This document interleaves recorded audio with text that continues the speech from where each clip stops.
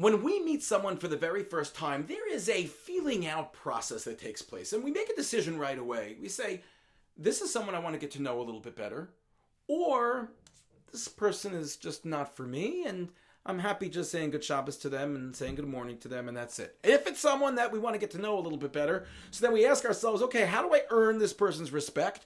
Or hopefully, how does this person also thinking, how do they earn my respect?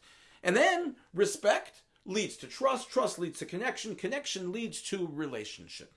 So how do we earn respect? Well, the answer to that is it starts with familiarity. The more familiar we become with a person over the course of time, the more we see their actions, their mannerisms, how they treat other people, the more respect we end up having for them.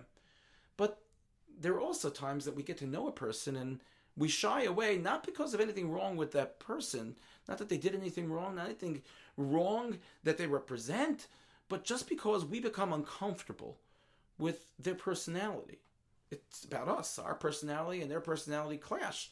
And we become uncomfortable, so we shy away, and we lose out on a potential connection that maybe we could learn from. In our Parsha, Avraham Avinu had a relationship with Avimelech that spanned a long time. And in Parshas Toldos, Yitzchak now engages in a relationship with Avimelech. And in the middle of the Parsha, the Pasuk tells us that Yitzchak and Avimelech now made a covenant, a bris between them. And Avimelech says to Yitzchak, now I see. Ra'o ra'inu, now I see ki Yah Hashem imach, that Hashem is with you. And ata Baruch Hashem, now I see the blessing of Hashem that is here, that's in this covenant, this agreement. There is a newfound appreciation of Yitzchak. What happened here?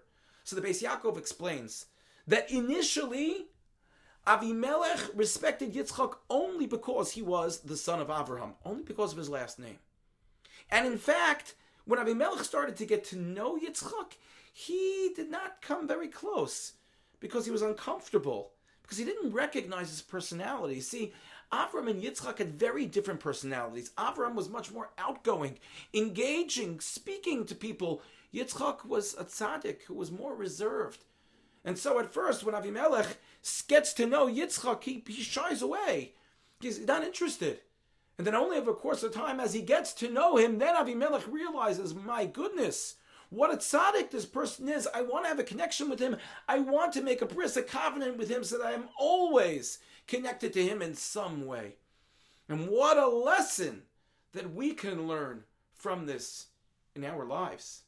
How many times do we find ourselves almost shying away from someone because their personality is different than ours, and we become uncomfortable around them?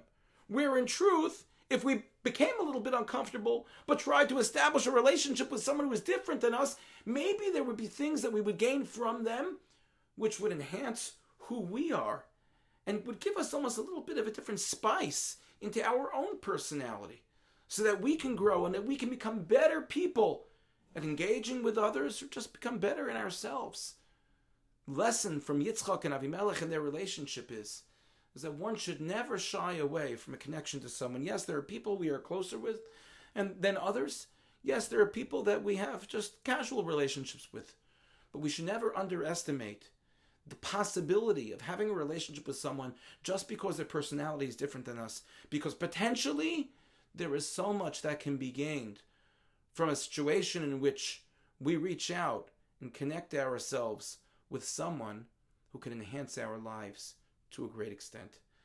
If we keep that in mind, then we will be able to engage with all types of people, be able to enhance our lives and grow each and every day. Thank you for listening and have a good Shabbos.